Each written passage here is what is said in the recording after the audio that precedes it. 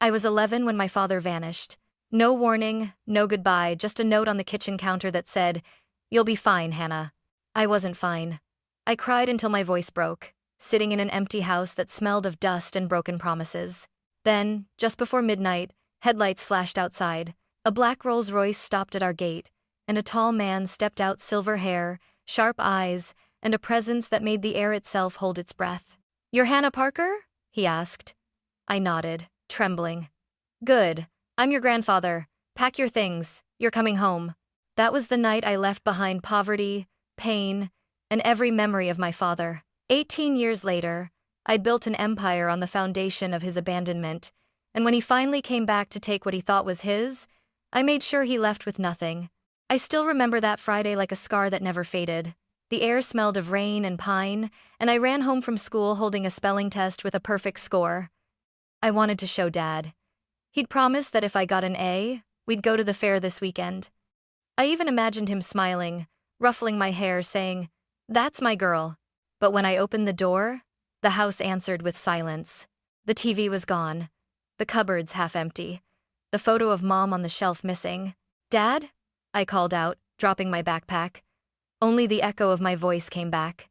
Then I saw it, a folded note on the kitchen counter, beside an unpaid electricity bill and a chipped coffee mug. "Hannah, I can't do this anymore. You'll be fine, Dad." That was it. No reason, no promise. Just words that cut deeper than a knife. I sat on the cold floor for hours, staring at the door, waiting for him to come back. Maybe it was a joke. Maybe he just needed air. But as the sunlight faded, hope dissolved into fear. The house creaked with loneliness. The fridge hummed like it was mocking me inside, just a bottle of ketchup and half a loaf of bread. I ate in silence, pretending it was dinner.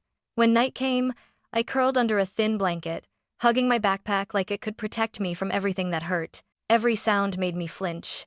The wind, the pipes, the scratching branches outside. I whispered to myself, "He'll come back. He has to." But deep down, I knew the truth. By morning, the silence was heavier. I walked to the small store down the street and stared at the breakfast sandwiches I couldn't afford. The clerk looked at me with pity. "Where's your dad, sweetheart?" I forced a smile. "He's working." It was a lie I'd tell for years. That night, when the rain began to fall, I sat by the window, tracing the raindrops with my finger. My heart hurt in a way I didn't have words for. That's when the headlights appeared outside, slicing through the darkness. A sleek black Rolls-Royce stopped in front of our sagging porch. The engine went quiet. A tall man stepped out, his figure framed by the streetlight. He wore a dark coat, polished shoes, and a look that didn't belong in my world. "Hannah Parker?" he asked, voice deep and calm. I hesitated. "Who are you?" He studied me for a long moment before saying, "Richard Whitmore, your grandfather." I froze.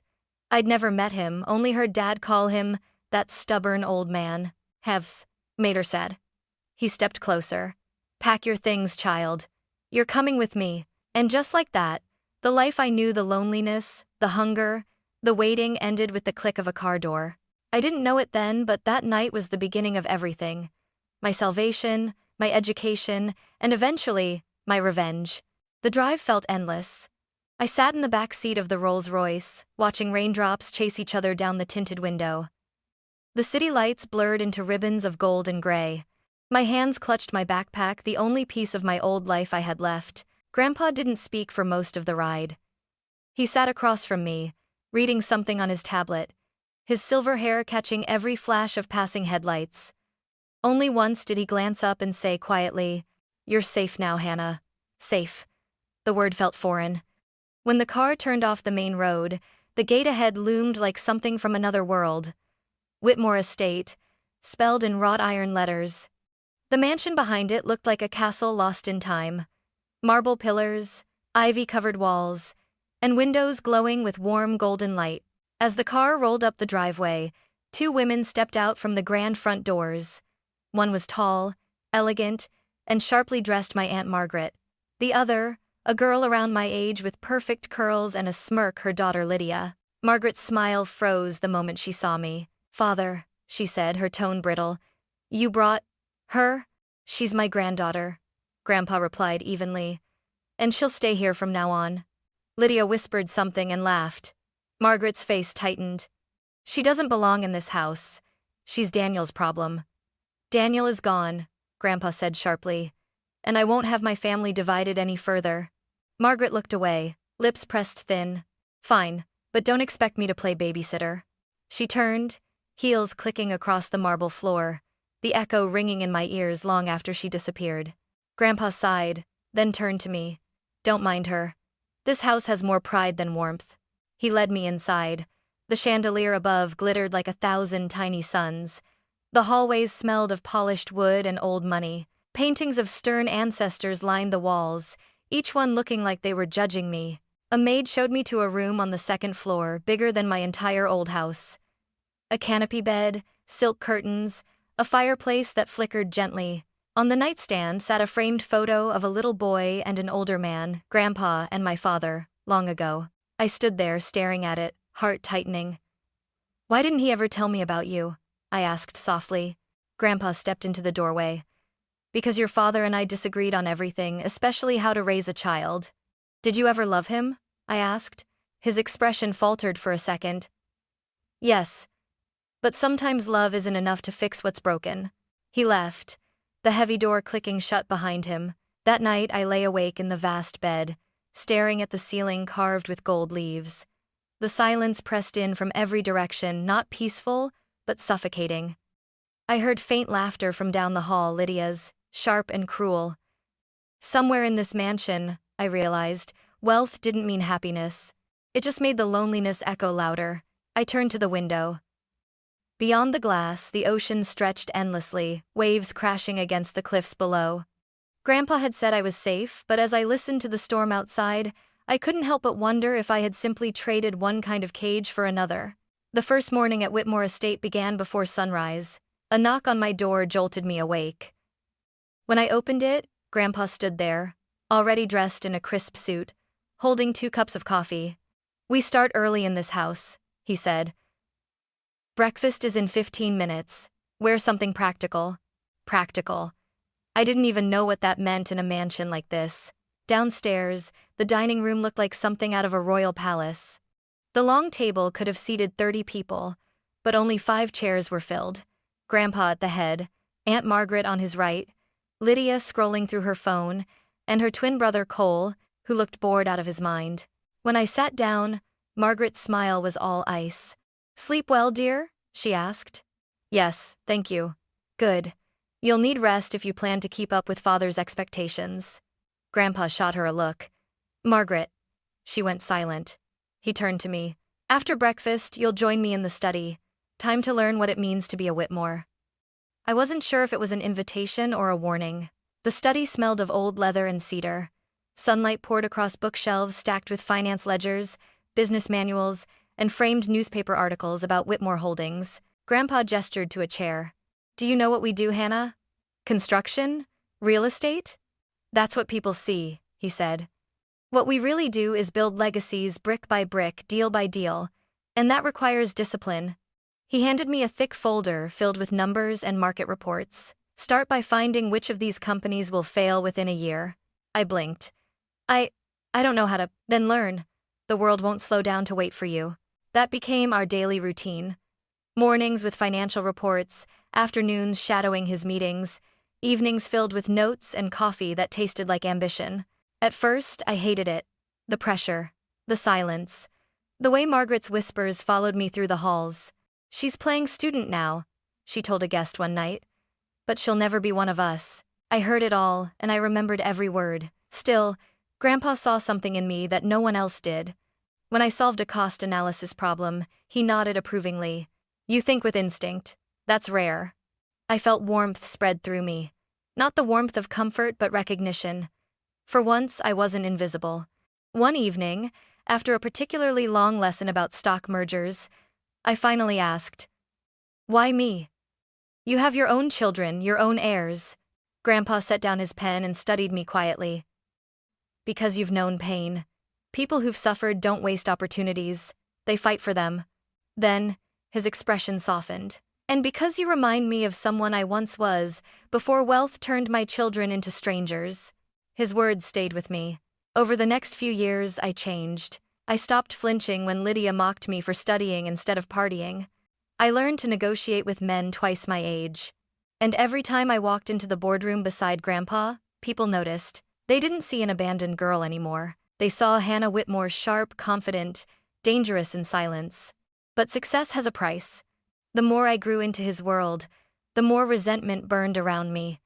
Margaret saw it. Lydia hated it. Cole mocked it.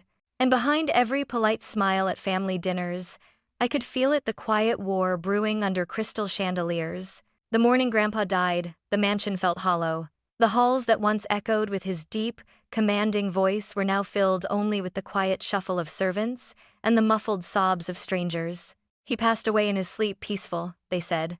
But when I stood beside his bed, the oxygen tube still coiled near the pillow, I couldn't stop shaking. The man who'd rebuilt me from nothing was gone. At the funeral, the Whitmore name drew the press like vultures. Rows of black suits, glossy limousines, and cameras flashing outside the church gates. Reporters whispered as I walked past. That's the granddaughter, the one he raised. Aunt Margaret arrived late, draped in designer black, sunglasses hiding her eyes.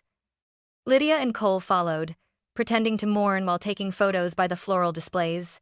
When the priest began to speak, my throat closed. Richard Whitmore was a man of great vision, he said. No, I whispered under my breath. He was more than that. He was my family. After the ceremony, the family gathered at the estate for the will reading.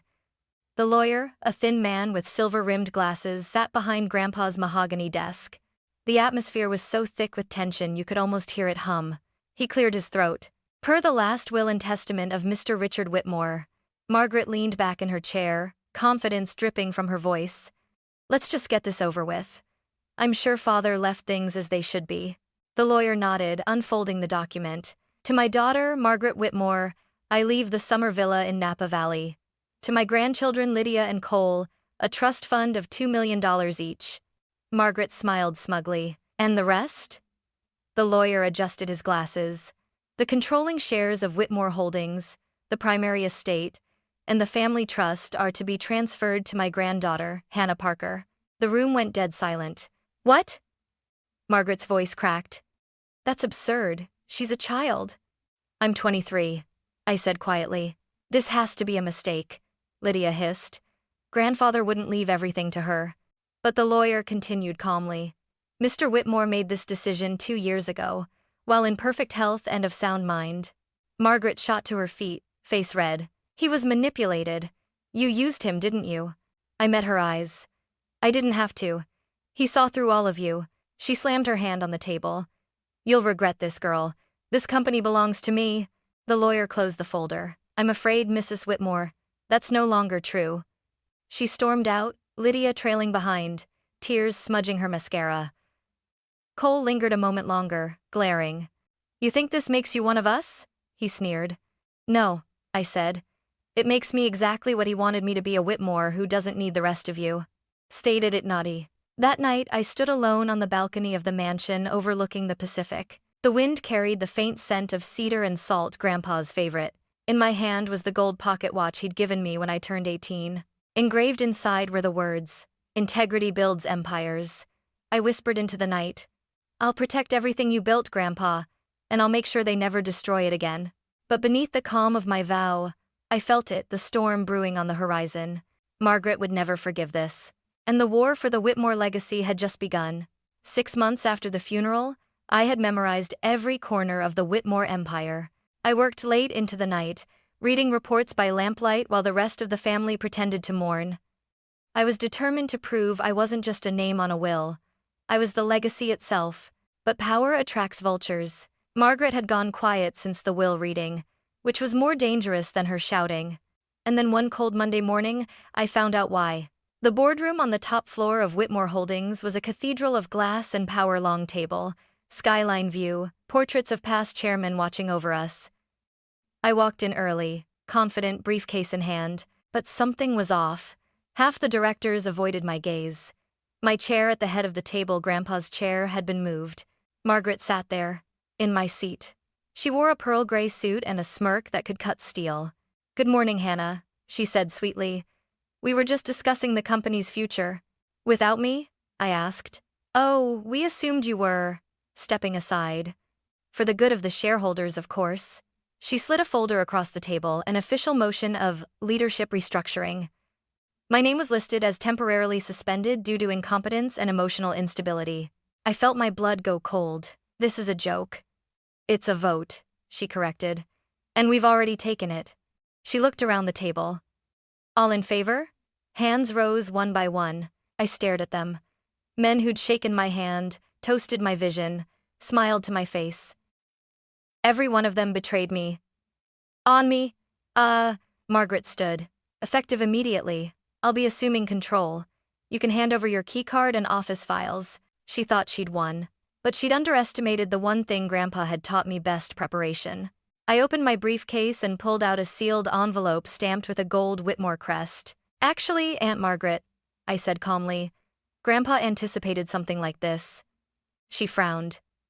What nonsense are you? I handed the document to the company lawyer, seated at the far end of the table. He adjusted his glasses, scanned it, and his eyes widened.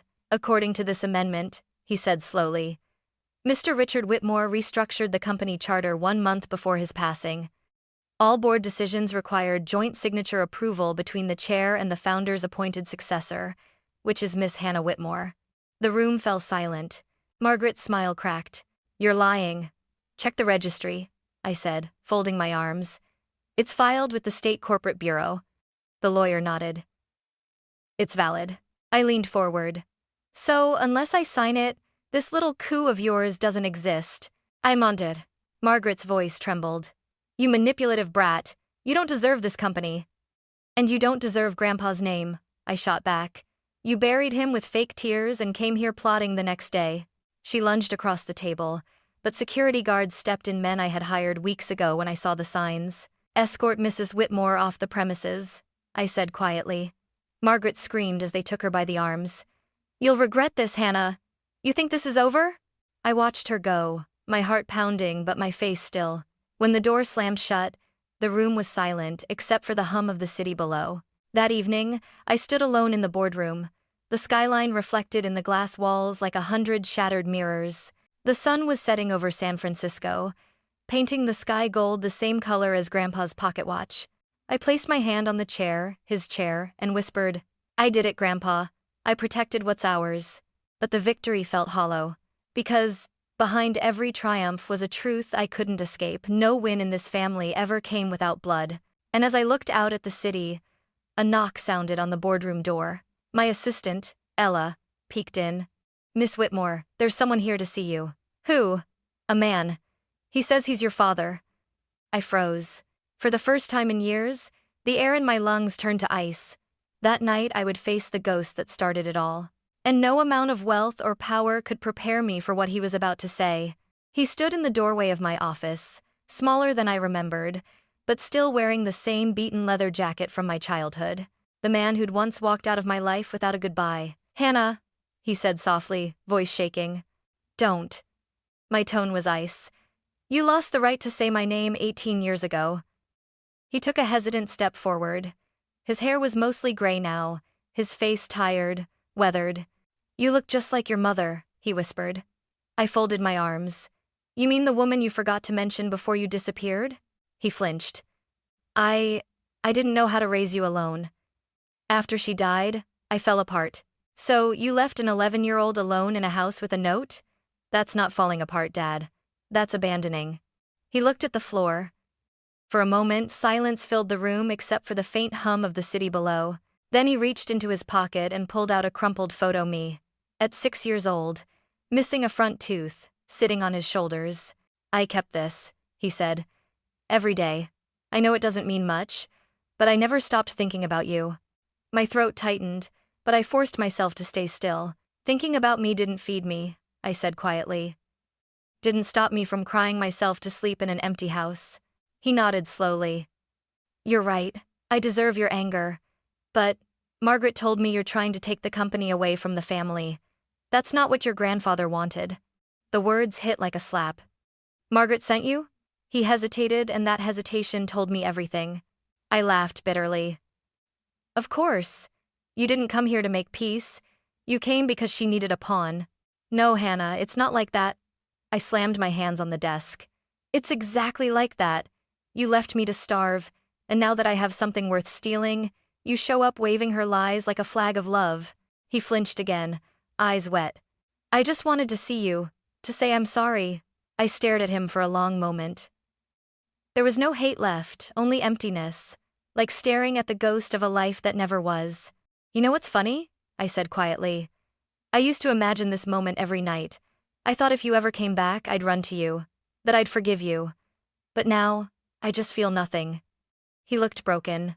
Please, he said, voice cracking. I'm sick, Hannah. The doctors say I don't have long. I didn't come for money. I just wanted my daughter to know I'm sorry before it's too late. Nod. For a second, my heart wavered. The child in me, the one who used to wait by the window, wanted to believe him. But then I saw the envelope in his pocket, peeking out just enough for me to notice a letterhead. Summit Development Group. Margaret's company. My voice went cold again. You can tell Margaret her plan failed, I said, standing. And if you ever walk into this building again, security will escort you out. He looked at me, eyes glistening. I know you hate me, but someday you'll understand. I shook my head. No, Dad. Someday you'll understand what it feels like to be left behind. He turned slowly and walked out, shoulders slumped. The door closed behind him with a soft click that sounded like the final period on a chapter 18 years too long. I stood there for a long time, staring at the skyline. For years I'd wanted him back, wanted closure, love, something. Now I realized I didn't need any of it. I had built my own strength, my own name, my own future. And yet, as I watched the city lights flicker, a single tear fell. Not for him, but for the girl who'd once waited by the window, believing fathers always came home. That night, I poured myself a glass of wine, sat at Grandpa's desk, and whispered, "You were right, Grandpa. Some people teach you how to build, others teach you what never to become." The next morning, I made a decision: if the Whitmores wanted a war, I'd give them one. But this time, I'd make sure they could never rise again. After my father's visit, I didn't sleep for 3 nights. Every word he'd said replayed in my mind, the guilt, the excuses, the cracks in his voice. But the envelope from Summit Development Group told me what I needed to know. Margaret was desperate, and desperate people make mistakes. So I waited. Quietly. Weeks passed. On the surface, Whitmore Holdings thrived, profits up, new projects announced. But behind closed doors, I had Ella dig through every transaction Margaret ever touched before her removal. The deeper we looked, the uglier it got. Shell accounts, hidden kickbacks, payments routed through front companies in her children's names. It wasn't just greed. It was treason. I knew what Grandpa would have done. He wouldn't scream. He'd wait. Then he'd strike once, clean and final. So that's what I did? The annual shareholder meeting arrived, a glittering event at the downtown Hilton Ballroom, with every reporter in San Francisco waiting for a headline. I walked in wearing black silk, hair pinned back, calm as glass. Ella whispered beside me. "Are you sure about this, Hannah?" "Absolutely," I said. "It's time they saw who really built this empire." Anyway, Margaret was there, of course, sitting near the front with Lydia and Cole, pretending confidence. Her pearls glimmered under the chandelier, but her eyes flicked nervously between me and the giant projection screen behind the stage. I stepped up to the podium. "Good evening," I began, my voice steady. "Today we celebrate Whitmore Holdings, but also the integrity it stands for. And integrity, as my grandfather used to say, is tested only when greed whispers." A low murmur swept through the crowd. I pressed a button on the remote. Behind me, the first slide appeared, a company logo none of them recognized. Cedar Financial Group. Then another. Westline Logistics. These, I continued, are shell companies. Fake entities created to siphon millions from Whitmore Holdings. And they all lead back to one name. The next slide hit like a thunderclap. Margaret Whitmore. Gasps filled the room. Cameras flashed. Lydia turned pale. Cole swore under his breath. "That's a lie," Margaret shouted, standing. "You fabricated this." I nodded to Ella, who played a recording, Margaret's own voice, taken from an intercepted call. "Transfer another $2 million to Westline and make sure Hannah never finds out." The ballroom erupted. Reporters shouted questions. Security stepped forward. I raised a hand. Let her speak, I said calmly. Margaret trembled, her voice cracking. This company was mine. Father stole it from me, and you manipulated him. I stepped closer. I didn't manipulate anyone, Aunt Margaret. I earned what you threw away. Grandpa believed in people who built, not those who leech. And had a tabi of no talas. Avian other problems enter and subscribe. She stared at me, eyes wide, voice breaking. You think you've won? I leaned in, low enough for only her to hear. I don't think it. I know it. Then I turned back to the microphone.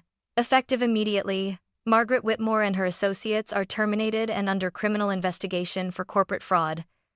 The evidence has already been turned over to the authorities. The audience exploded into applause. Reporters shouted. Lydia screamed, "You ruined us." No, I said softly. You ruined yourselves. Hours later, when the ballroom had emptied and the flashbulbs had faded, I stood on the balcony overlooking the city lights.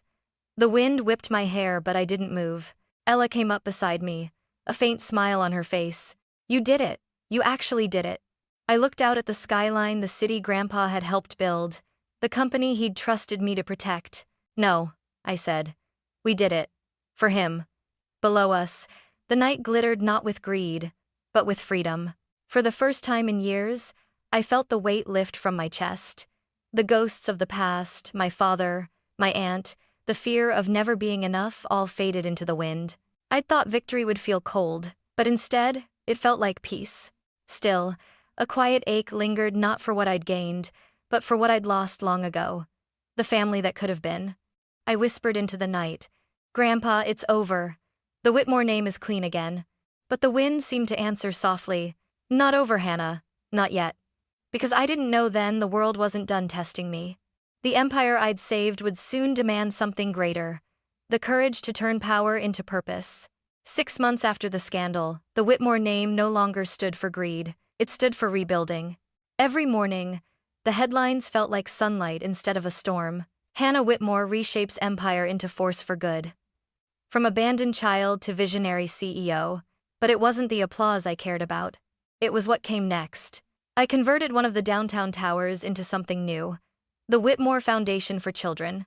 A place where no kid would ever feel the emptiness I once did. The lobby smelled of fresh paint and possibility. The walls covered in drawings from children who had already begun to dream again. At the opening ceremony, cameras flashed, and reporters shoved microphones in my face. Miss Whitmore, why start a foundation instead of expanding your real estate division? I smiled. Because buildings last decades, I said. But people, if you build them right, last generations. The crowd applauded, but I barely heard them. My eyes drifted to the photo framed on the stage. Grandpa Richard, standing beside me the day I graduated. He wasn't there in body, but I could almost hear his voice. Integrity builds empires, Hannah, I whispered back, and kindness keeps them standing. After the event, as the guests filtered out, I walked through the quiet halls alone. A little girl with pigtails tugged my sleeve. Miss Hannah, are you really a billionaire? I laughed softly. That's what the papers say. Then why are you helping kids like me? I knelt to her height. Because once, I was one of you. Her smile was the kind of thank you no press release could ever give. A few weeks later, I drove up the coast to visit Grandpa's grave, a simple marble stone overlooking the Pacific. The sea breeze tasted like memory. I placed a single white rose and the gold pocket watch beside his name. We did it, I whispered. They tried to destroy what you built, but it's stronger than ever. For a moment I swore I felt the warmth of a hand on my shoulder, the quiet approval of the man who had saved me from the dark. When I turned, no one was there, only the ocean stretching into forever. That night, back at the mansion, Ella joined me on the balcony with 2 glasses of wine. You know, she said, you could finally take a break. Maybe write a book or, I don't know, fall in love? I laughed. A book maybe. Love. I looked at the stars. That's still under negotiation. She nudged me gently. You deserve happiness, Hannah. Maybe happiness isn't something you chase, I said softly. Maybe it's something you build one good choice at a time. The waves crashed far below, and for the first time, the sound didn't remind me of loneliness. It reminded me of rhythm of life still moving forward. A month later, an envelope arrived. No return address, just my name in shaky handwriting. Inside was a short note. I'm sorry again. I'm proud of you. Dad. No signature, no address. Just that. I sat there for a long time, staring at the words, and instead of anger, I felt release. He'd taken so much from me, my childhood, my trust, but I finally realized he couldn't take my peace. I folded the note and placed it in the same drawer as Grandpa's watch. Then I whispered, "Goodbye," and meant it. Today, when I walk through the halls of Whitmore Holdings, employees don't look at me as the girl who inherited everything. They see the woman who earned it, the one who turned pain into purpose. And every time I see a new project rise from the ground, I remember that 11-year-old girl sitting on the kitchen floor, staring at a note that said, "You'll be fine." She was more than fine, because she built her own empire not of glass and steel, but of hope, integrity, and compassion. When people ask how I did it, I always give the same answer: by never letting the past define who I could become. Now, when the sun sets over the Whitmore estate and the ocean turns gold, I lift my glass to the horizon and whisper, "This is for you, Grandpa, and for every lost child who never stopped believing there was more." And somewhere in the wind, I swear I can still hear him smile.